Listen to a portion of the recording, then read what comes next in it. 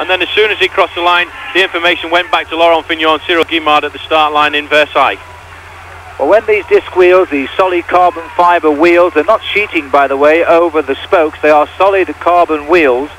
When they first came out, the riders reckoned that they were worth 2 to 4 seconds a kilometre if you rode in them.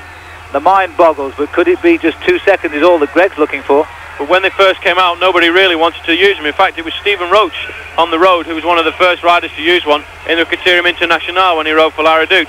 And he ended up beating Bernard Hinault by 1.5 minutes. And from that moment on, everybody wanted them. And I think if Greg LeMond wins the Tour de France on this time trial, here's our first chance to look at Laurent Fignon. And then everybody will be riding those triathlon bars next year. Well, Fignon has never ever finished in front of Greg LeMond in a time trial in the Tour de France. Today is the day to do it. All the cheers and shouts here will be for Laurent, because although he has his personal battles with the press from France, I must say we find him an extremely courteous man, and we've no comment against him at all. But he has this ongoing battle against the French press and cameras. This is the only way he can get back at everybody. And don't forget, the Tour de France, until Fignon came along, had never had a winner from the environments of Paris. And now Laurent Fignon is trying to do it for the third time.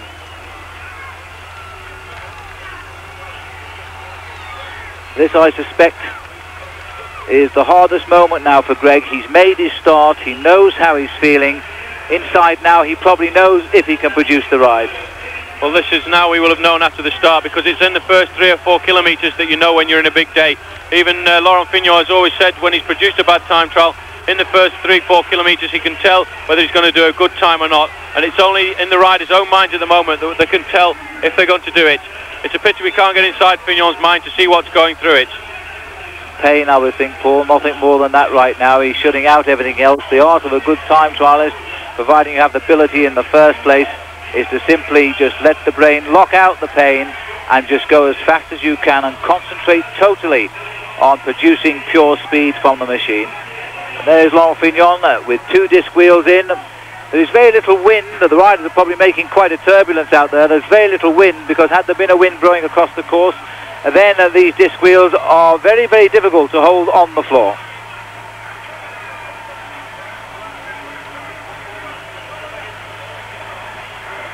So, as we see the yellow jersey going through the streets of Paris, being worn by a man who lives here, I must feel, Paul, that Fignon won't feel at all sure about this.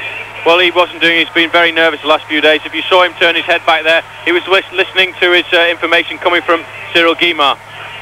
Here we're coming up with Greg to the Pont de Sèvres. He's going to turn right down here a minute and go along the side of the Seine. Well, unfolding all the time ahead of these 2 riders, which rightly so French television are concentrating on, because after all, this is the Tour de France now. After all these miles and all those roads and mountains, this one little flat road into Paris is deciding the Tour.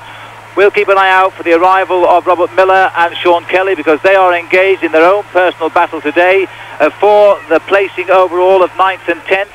After all, Robert Miller is in 9th, but in fact he is only 13 seconds in front of Kelly. So if Kelly can do a better time than Miller today by more than 13 seconds, then it will be Sean Kelly who will finish 9th overall in the Tour de France. Kelly at the moment is on the Champs-Élysées, heading up towards the Arc de Triomphe, where with Greg LeMond down at about, we'll approach half distance soon, and I hope we'll get the time on the screen, but I would think more importantly they'll be on the half distance of the leaderboard. Still the best time there, Eric Maschler, 12 minutes 28 seconds. Sean Yates still maintains the 5th best time, 12 minutes 38. Well, Greg's still down in that aerodynamic position, keeps nodding his head down a little bit to get himself that little bit lower, that little bit more of a penetration into the air, but lifting his head up again, using probably the white lines down the middle of the road to keep himself in the middle and away from trouble. Shortly we'll drop down onto one of the most beautiful parts of Paris, on the banks of the River Seine. You'll see the Eiffel Tower in all of its splendour, 100 years old, sitting to the right bank of the river. Greg LeMond will know then that his destiny in this year's Tour de France is just up the road.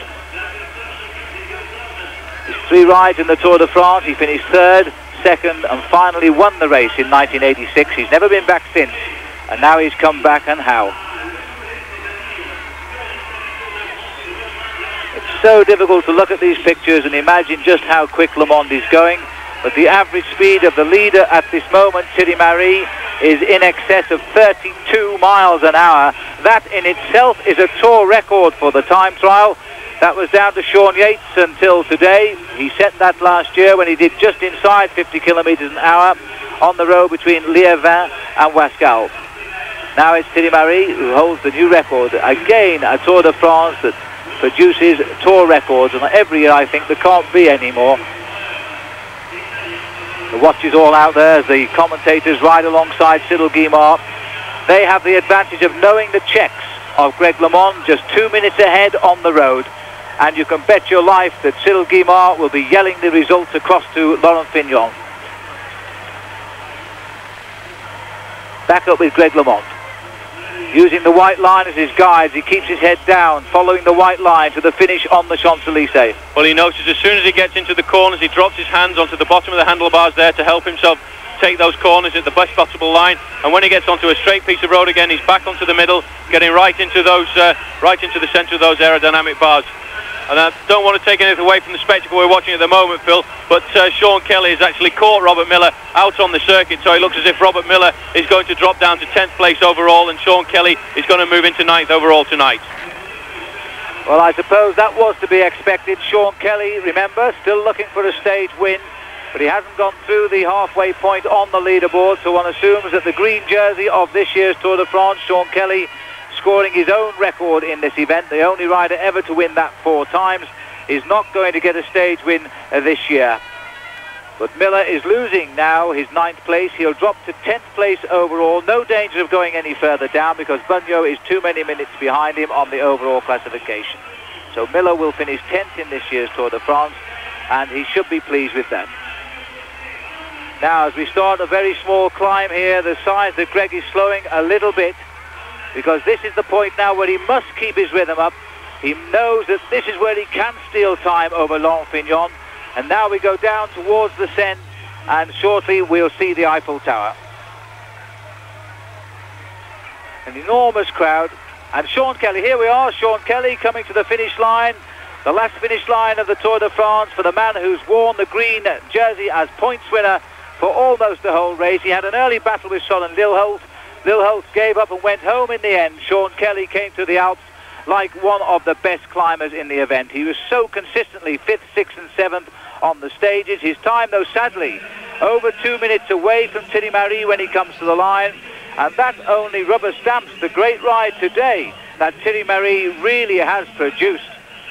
But the man's mechanic on shore, the town of just 5,000 people who cheer him everywhere he rides. They're here again in force today. Just on 2 minutes down, 37th for Kelly, and he'll be disappointed with his placing, but not with the result as green jersey winner of the Tour de France. Back then to the action. Here's the overall situation. Greg LeMond has gone through with the best time, 12 minutes 8 seconds. Greg LeMond has the best time.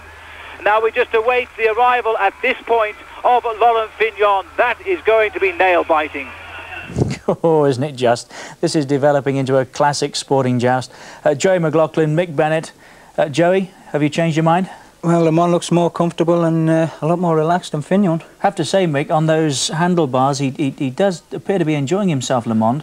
Yeah, not only can you see that he looks aerodynamic, but you can actually feel the power of the guy. And when you look back at the pictures of Fignon, almost lapses of concentration. It's as if Fignon's a little bit overly complacent. But it has to be said, and we've seen it happen previously on this tour, Fignon's a good finisher, Joe. He may well be, but I mean, it's all to be in the last 4 kilometres it's uphill, and as Mick says, Le Mans looking very powerful.